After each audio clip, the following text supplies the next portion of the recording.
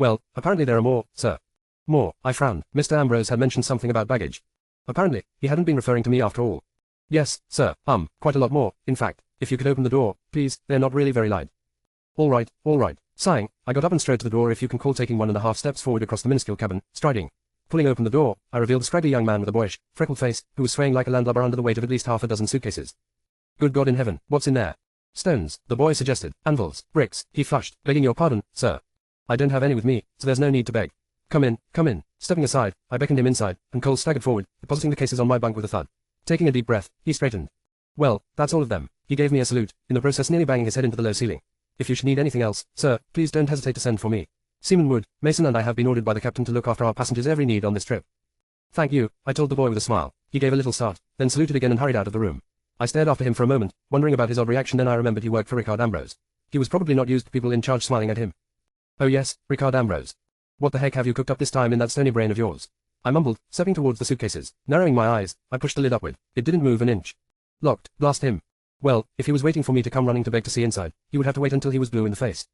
Asterisk tilde asterisk tilde asterisk asterisk tilde asterisk tilde asterisk. We were casting off. Sailors were hurrying over the deck, ropes in their hands, and commands were being shouted. Mr. Ambrose stood on the quarterdeck, arms folded, face as stony as ever. Beside him stood the captain, and although he was the one shouting commands, there was no doubt who was really in command here. So, are you going to tell me now? I demanded, taking my place beside the stony financial magnate. Tell you what, Mr. Linton. Why we are on this blasted cockleshell, of course. Why are we going to travel 1,000 miles to Egypt? 3,615.1376 miles, actually. Why the hell would I care how many miles there are? Just tell me. There was silence for a moment. Anchors aweigh. That didn't come from Mr. Ambrose, but from the captain. I was still waiting for my answer. Finally, he unclenched his teeth. Fine. With a masterly flick of his hand, he motioned for the captain to move. With a prompt salute, the man stepped out of hearing range. You remember the plans that were stolen from my office? I cocked my head thoughtfully. The plans for that canal between the Red Sea and the Mediterranean that was supposed to give you control over most of the world's trade. The plans we risked our lives to retrieve. The plans that sank with that bloody ship that almost drowned us, too. Yes, I think I remember those. He threw me a dark look. The planning of that canal isn't my first attempt at establishing trade between the Red Sea and the Mediterranean. Years ago, I already established a caravan route across the Sinai Peninsula. I frowned. Then why build a canal at all? He threw another look my way. This was the arrogant look of a man who makes millions as easily as other people make breakfast, and expects everyone to have the same ability. Are you sure you have your brain switched on, Mr. Linton? At the moment, my goods have to be unloaded from one ship in the Mediterranean, then packed onto camels and carried at a painstakingly slow pace all the way through the desert, only to be loaded onto ships again when they reach the Red Sea. The same goes for transporting things in the other direction. Something like that is only profitable or feasible for small, light luxury goods, not for heavy industrial goods, let alone raw materials. Yes. What do you mean, yes? I raised an eyebrow. I mean yes, I do have my brain switched on, sir. Then use it. I intend to. If your caravan route is already up and running, why are we going to Egypt? That's just it. Out of the corner of my eyes, I saw Mr. Ambrose's hands curl into fists.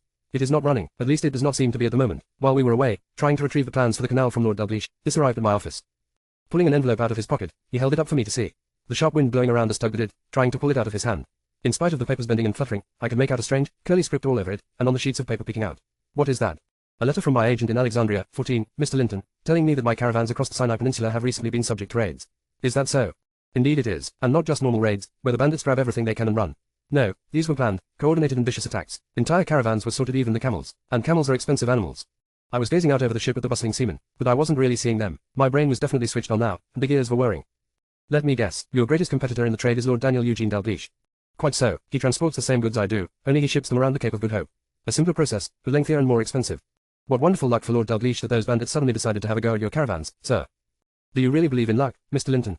My lips twitched. No, sir. Neither do I. So, what is the plan? We are going over there to make sure the authorities look into the matter. No, we are going over there, and I am going to make myself the authority who looks into the matter. I turned to stare at him. It shouldn't have surprised me, I suppose. Ricard Ambrose wasn't one to leave his dirty work to others. But still, we are going to hunt bandits. Correct. Just out of interest, how many of these bandits do you think there are? He gave an almost imperceptible shrug of his broad, hard shoulders. In each caravan, there were at least 20 men, quite used to fighting in the desert. They were sorted to a man, so I estimate that there must be at least 40 raiders, maybe more. I tried to swallow. It didn't really work. A stubborn lump had suddenly appeared in my throat. We will be joined in Alexandria by a group of men who will assist us in our efforts. And several of the well-trained fighters I took on board in London will be accompanying us into the desert to lend us their weapons expertise. This made me feel a little better. I managed to get the lump out of my throat and speak again. So, once we have captured those bandits, what are we going to do with them?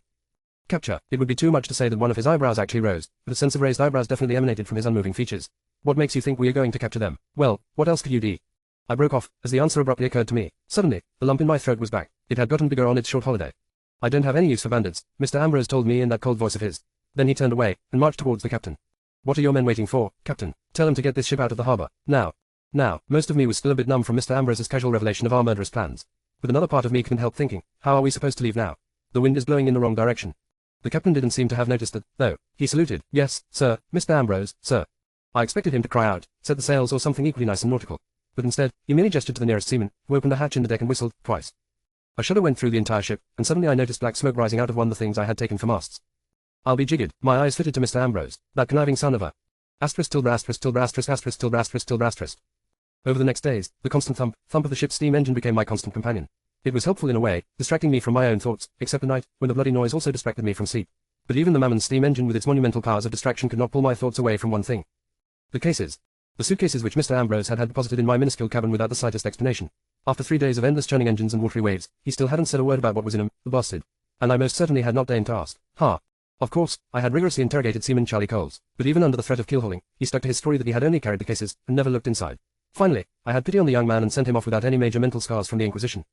What could I do? The days and weeks of the sea voyage stretched endlessly in front of me, with nothing to hold my thoughts but the contents of these suitcases. What the bloody hell could I do? You can ask him, said a nasty little voice inside me. No, no, no, I would not succumb to that. I would not be one of those spineless females driven out of her mind by curiosity. Not when he already thought the worst of women. The only problem was, I was being driven out of my mind by curiosity. Blast. Finally, I made a compromise with myself. I wouldn't ask. No, I definitely wouldn't. But I could mention it to him, and if perchance he happened to tell me something of his own accord, well, then everybody would be happy, wouldn't they? And I would keep my sanity. So the next morning, when Mr. Ambrose had taken up his usual position on the command deck, glaring at sailors in a way that made them work very, very efficiently, I carefully sneaked up behind him and insinuated myself beside his hard, unmoving figure, appearing calm and natural. Or at least I hoped so. Nice weather today, don't you think so? I observed. No. Oh, well, to each their own opinion. But the sea looks nice in the sunlight, isn't it? No. All right, the conversation was started. It wasn't the most promising start, true, but you couldn't have everything. I cleared my throat. By the way, do you perchance happen to have the key to those suitcases in my cabin? Yes. I waited for more, maybe for an offer to give me the key. It didn't come. Well, maybe we could have a look inside, someday. That wasn't a question. It wasn't. I was not going to ask. His dark eyes didn't even glance at me. You don't need the contents yet, Mr. Linton. Indeed. You'll need it only when we arrive.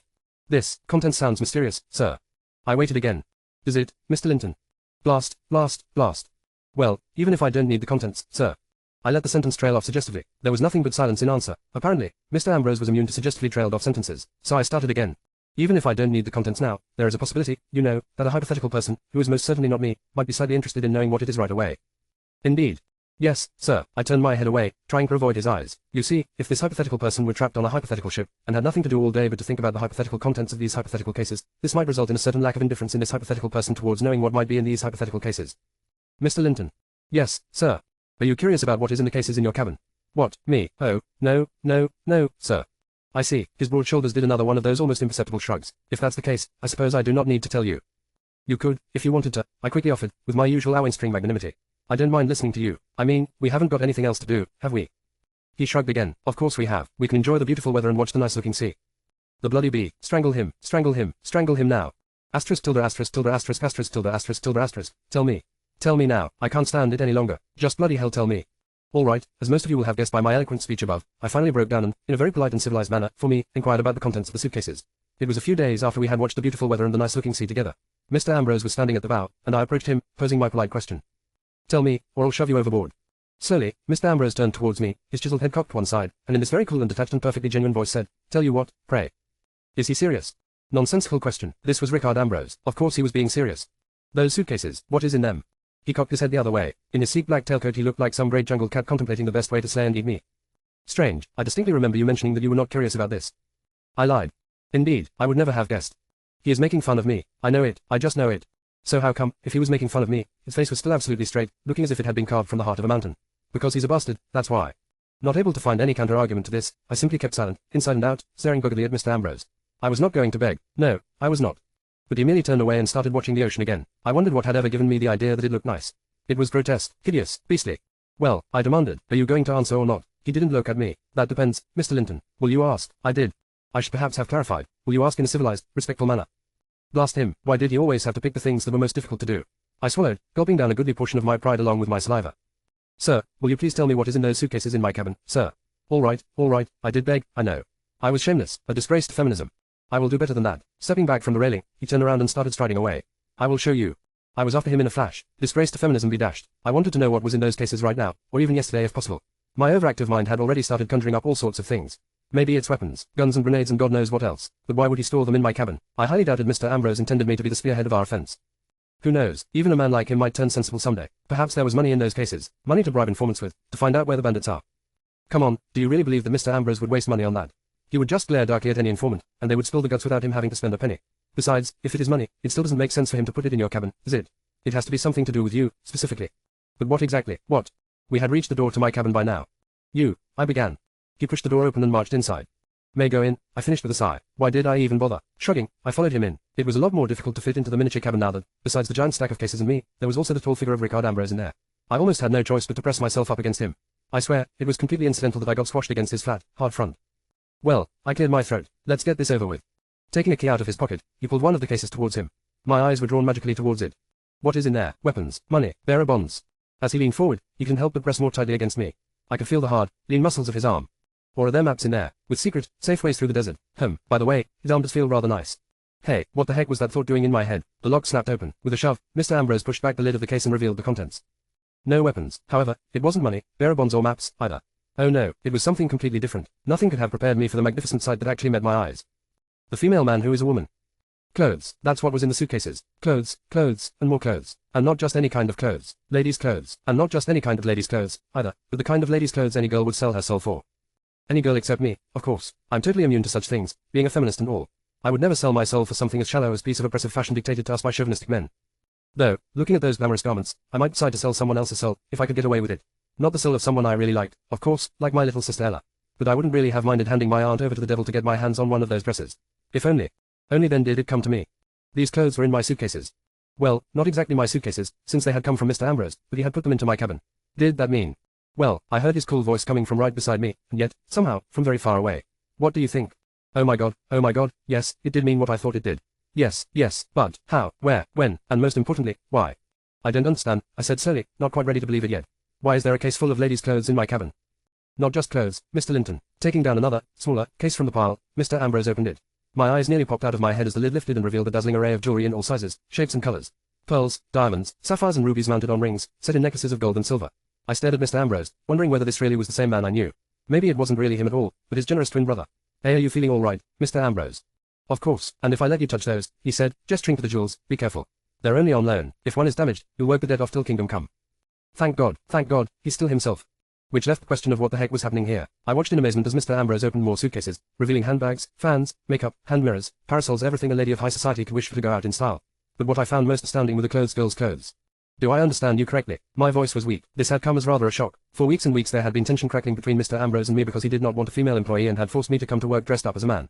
And now this, I couldn't believe it. I just couldn't. These clothes are for me. When we arrive in Egypt, you want me to put them on. He nodded.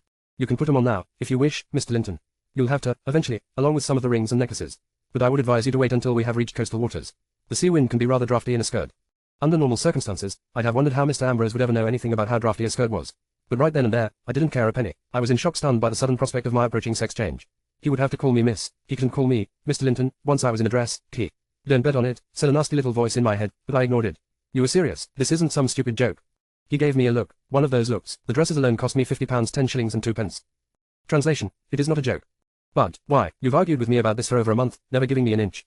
And now this. I gestured to the extravagance in front of me. Why? For reasons of inconspicuousness, Mr. Linton. Inconspicuousness. Tugging the embroidered lace hem of one of the dresses out of the suitcase, I snorted. Don't tell me this is inconspicuous. It is in a way. Think about it, Mr. Linton. Two men leave London and who arrives in Egypt? A man and a girl. If there is somebody watching, somebody hostile, it is less likely the two events will be connected and conclusions drawn. I felt a sudden shiver go down my spine. Somebody watching, Lord Dalgleish, Mr. Ambrose told me darkly, has many eyes and ears. Oh. That might well be true, and from what I had seen of his lordship, it would be a very good idea to keep out of his line of sight. I still didn't really think putting me in a dress would help a lot with that, but for the moment, I shoved the thought aside. This is really going to happen. I could hardly believe it. There were 1,000 sensible reasons whirling inside my head why trousers were actually more practical to wear, but I couldn't ruin this with silly objections. Finally, he had caved in, even if it was for some stupid reason. Finally he was letting me be myself. You really mean this? You want me to dress as a woman? You want me to stop pretending to be a man? He stared at me, coolly, as if I had misplaced my sanity and he highly disapproved of my negligence. Of course not. You will keep pretending to be a man. Only as long as we are in Egypt, you will pretend to be a man who is pretending to be a woman. I blinked at him, not sure whether I was hearing right. What, you heard me? You are unbelievable. He nodded. I must admit, I have always thought myself that I am quite extraordinary. That's not what I meant, last you. No, you are a chauvinist son of a bachelor. His eyes narrowed a fraction of an inch. Show some respect, Mr. Linton. You are a chauvinist son of a bachelor, sir. I don't know how he did it. The tininess of the cabin should have precluded any such movement, but somehow he managed to take a threatening step towards me. What is it you want, Mr. Linton? Do you want to wear these dresses? I want for you to not call me, Mr. all the time. I want to be myself. Does being yourself involve wearing women's clothing? Yes, but... Then I suggest you hold your tongue before I change my mind and take these back, he told me, with a jerk of his hand towards the open cases. Do you understand? I opened my mouth to argue. Do you understand, Mr. Linton? Slowly, agonizingly slowly, I forced my mouth shut again. Yes, sir, I managed to get out between clenched teeth. Adequate, I shall see you at dinner. And with that he whirled around. How does he manage to whirl in a place that isn't big enough to scratch your nose in? And stalked out of the room. I glared balefully after him. Then, deciding he was not worth my attention, I slammed the door shut and directed my baleful glare at the dresses instead. Dressing up as a man who dressed up as a woman. Bah, how did he imagine that? Did he think I was going to walk around in the heat of the desert in women's clothes with a complete set of men's clothes underneath? Or did he just mean some sort of mindset, wherein I never forgot that although I was wearing girls' clothing, while I was in his employ, I was still technically a man? Well, if that's what he meant, he could jolly well stick his opinions about gender where the sun didn't shine. I was a girl, basta, maybe it's time to show him that. My gaze focused on one of the dresses in particular, and turned from baleful to thoughtful. Should I not? I hesitated, gazing down at the fabulous dress. Then, suddenly, I dashed forward and grabbed it. Oh, to hell with Mr. Ambrose and his breezy skirts. I was going to show him that a girl could fare just as well on a ship as a man could. I was just finished with dressing, and was gazing self-satisfactorily at myself in the mirror, when a knock came from the door. Yes, I called. Enter. The door swung open, and a sailor stuck his head into the cabin. Mr. Linton, sir, the captain just sent me to tell you that dinner is almost ready and that. It was then that he noticed the lack of masculinity in the room. His eyes went wide. I turned towards him with a charming smile. That dinner is almost ready and that, I encouraged him. Excuse me, miss, I was looking for Mr. Linton. Yes, I nodded. So now that you've found me, what is it? You are Mr. Linton. The sailor was clearly having trouble rearranging his worldview. I shrugged and gave him another encouraging smile. In a way, though it would probably be better if you called me, Miss Linton, from now on. Yes, sir, miss. Now, what was it the captain sent you to tell me? The captain, the sailor blinked. He had apparently quite forgotten the existence of his superior officer, and needed a moment to retrieve his memories. Of course, the captain, you wanted me to tell Mr. Linton, that dinner is almost ready, and he intends to open a box of his best Virginia cigars today, if you would care to join him for one. In his frazzled state of mind, it took the poor man a moment to realize he had just offered a lady in silk and satin the opportunity to smoke cigars. When it dawned on him, he clutched the doorframe, and almost fainted. Oh my God, miss, I'm so sorry, I was supposed to tell Mr. Linton, and you, well, and oh God. He shot me a pleading glance. I took pity on him. Tell the captain I will be along directly, I told him, curtsying. And tell him I will be only too happy to try one of his Virginia cigars. I look forward to the experience. Asterisk tilde asterisk tilde asterisk asterisk tilde asterisk tilde asterisk. Have you ever seen the face of a sturdy, conservative ship captain watching a 19-year-old girl smoking cigars? No. And have you ever watched the twitching jaw muscles of a financial magnate sitting in the same room, staring so coldly at your cigar that by rights it should be extinguished and frozen? You haven't done that either. Well, then you haven't lived. It wasn't just this evening that was quite amusing. The rest of the journey to Egypt in its entirety turned out to be rather entertaining, and all thanks to my new attire. True, the skirts were a bit roughy outside, but the sailors' faces as they tried to puzzle out the mysterious transformation of Mr. Victor Linton more than made up for it. As did the look on Mr. Ambrose's face whenever he caught his men staring at me. Land ahoy! The cry from the ship's highest mast came out of the blue. I was down in my cabin, and only heard it by luck because the engines were, for once, running at low steam to allow the men a chance to sleep. It took me about 4.5 seconds to race up on deck. Where is it? I demanded, materializing beside Mr. Ambrose at the bow. Where is it? Where is it? Not in sight yet, from down here, was his cool reply. If you want to climb up the mast in that dress, be my guest. When will it be in sight? When? I possess no accurate information on the matter. Oh my God, I'm going to see Alexandria with my own eyes. Alexandria? Yes. And the pyramids, do you think we could visit the pyramids? I hardly think that the bandits we are looking for have their hideout in an ancient pharaonic tomb. Not to look for bandits, of course. Just see the pyramids. What purpose would that serve? It's sightseeing. It isn't supposed to serve a purpose. You do it because you want to soak up the atmosphere of a long-forgotten and mysterious ancient world. I am quite content with concentrating on the contemporary one. Despairing of the discussion, I leaned over the railing to peer more closely into the distance. And yes, through the morning haze, I could see something there. Or at least I thought I could. Maybe I couldn't, but then again, maybe. It didn't take long for my indecision to become certainty, and then, it slowly morphed into awe. The port of Alexandria, I heard Mr. Ambrose's voice from my right. And I was so stunned by the sight before me that I wasn't even astounded about him voluntarily unclamping his lips to offer information. One of the oldest ports in the world, maybe the oldest. The first facilities were probably built over 4,000 years ago. There, do you see that stretch of land? Yes, I muttered, and indeed, I could see it. It was a faint golden line on the horizon, and behind it, no, that couldn't be ships behind the land, could they? Unless the Egyptians had decided to take the expression, ship of the desert, to a whole new level. That's a peninsula, Mr. Ambrose explained as if having read my mind. It stretches out into the ocean, and then in a T-shape to both sides, protecting the harbor against the elements. I threw him a look. You're unusually chatty this morning, sir. He caught my look easily, and hurled it back with double force. It's always best to know as much as possible about your surroundings when you're venturing into enemy territory. And make no mistake, this is enemy territory. Dalglish has a lot of influence here. We're not on a sightseeing trip. Yes, sir. Once we land, if you possibly can, try to deport yourself like a proper lady. I always do. In answer from him, there came only silence. A very meaningful silence. I do, I repeated in an agree with me now or I'll bash your head in tone. Always. Well, do your best. We don't want to arouse suspicion. Yes, sir. I did the best I could. I really did. I walked like a proper lady. I smiled like a proper lady. I even held my parasol like a proper lady, quite voluntarily, to protect myself from the merciless sun. But I couldn't keep my eyes from almost bugging out of their sockets. This was it, what I had been waiting for so many years. Adventure and excitement in a mysterious foreign country, far removed from the drab life of London, far away from balls and aunts and pesky suitors. As we sailed into the circular harbour, it seemed to welcome me with open arms. I took a deep breath of the sea air, filled with the smell of spices. Let's go. The moment we touched land, I was rudely awakened from my dreams. Mr. Ambrose grabbed my arm and dragged me down the gangway to a waiting carriage. To anyone else it must have been looking as though he was courteously guiding me, but I felt the tightness of his grip and knew better. He wouldn't let go.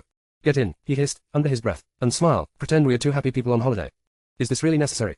There are 3 men in kaftans, 15, watching us from over there. And another one is watching from the fishing boat to your left.